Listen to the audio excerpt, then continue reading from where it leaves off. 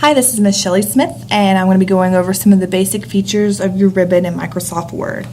So to start, I'm going to go ahead and screen share and get started. To open up your Microsoft Office, you can go to your Start button, and Microsoft Word, I should say, and you can either search Programs and Files and type in Word, and it will be at the programs at the top that you can open. Not WordPad, you want Word 2013 preferably. Okay, or instead of using the search Programs and Files options, you can use your most recently used programs, and that is one that I use every day, so it's on my most recently used option list there. Okay, we can go to a blank document, just double click on it, and see, we don't have a document recovery want to use. No, I have what I need right now. So using the Microsoft Word, there are a couple of features that I think I should start off with. One is if you leave your cursor sitting on an item for about 2 seconds, it will tell you what it is just by it popping up. Okay, so it will say underline, or you can go over to another one, you're not sure what it is, bold. So then you'll know what the features are. Another thing is up here at the top, it's not highlighted right now, but we'll use it later, is the undo button. It says I can't undo anything because I haven't done anything. But if after I start moving along and doing some items and I say, oh, I didn't want it to look, I didn't want to have that picture in there, or I didn't want blue font, I wanted black, I can use the undo button and take it back to the original.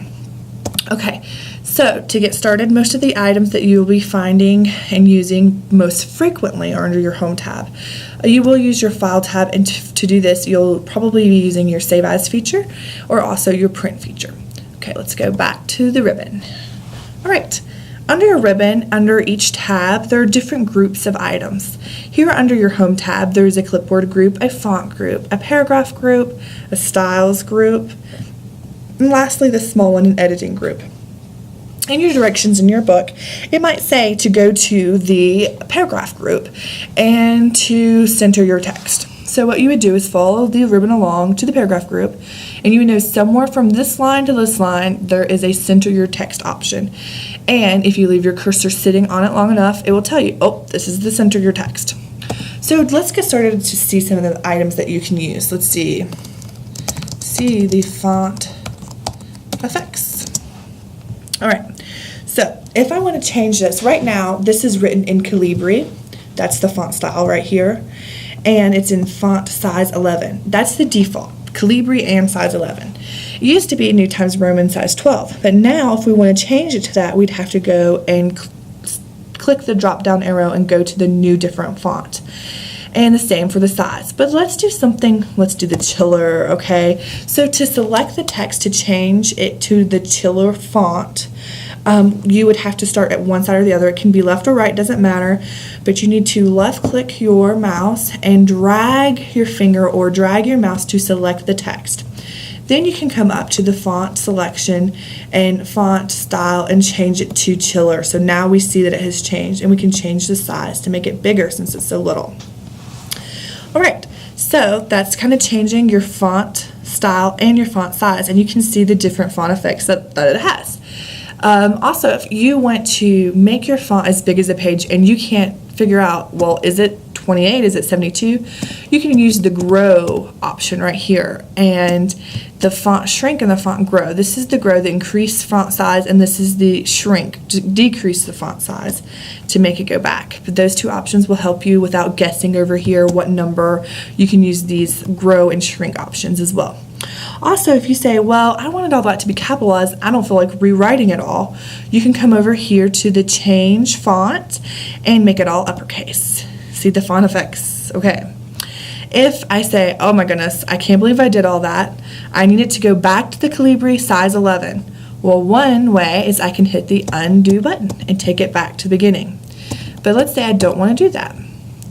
I can choose the clear all formatting, and one click it goes right back to the basics, except it is capitalized. I'd have to make it lowercase or capitalized sentence case. Okay, but I liked it being big and chiller, so I'm going to hit back again and go back to the way it was. So I'm going to hit the undo button again, I should say. Okay, so those are the different things on this top row under your font grouping. But you also have bold, italics, underline, and text effects. Highlighting, let's highlight. We want to highlight effects. Okay, and you can undo it. But if you want that to go away, you can do no color and then take the pen and go over it, or you can hit undo, but you cannot use the clear effects button because it will leave the highlighting on it. All right, well, let's say I want a different color. I don't want black font. That is the A with the underline. This is the font color, and there's a drop-down arrow, and it will tell you the different colors you can choose. You can choose more colors and custom even, and make your own color. But let's go back to the color listing, the theme colors.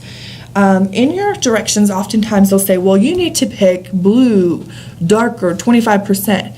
So I know it's going to be blue, but I can't figure out which one it is. So what I can do is select the different blues and leave my cursor sitting on it, and it will say, okay, blue accent 1 lighter 40%, but it told me to pick blue accent 1 darker 25%. So I know that it's this one right here. Okay, and once you have that selected, I won't have to go back and find it. I don't have to use the drop down arrow. I can just click on the box there and it will change all of them. Okay, so that is your font grouping and the different functions that it does. If we go on to the paragraph grouping next, in this grouping, we have different options as well. We'll start at the bottom here. Right now, let me shrink this so we can see a little better. Okay, right now, this sentence is left aligned. What that means is the words are aligned to the left-hand side of the page. If I want to make it right aligned, I would select this option and it moves the words to the right-hand side of the page. Or I can choose center. And by centering it, of course, it puts it in the center.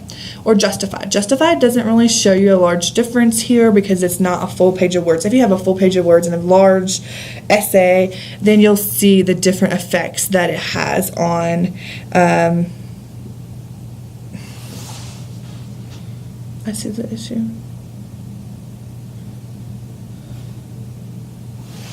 On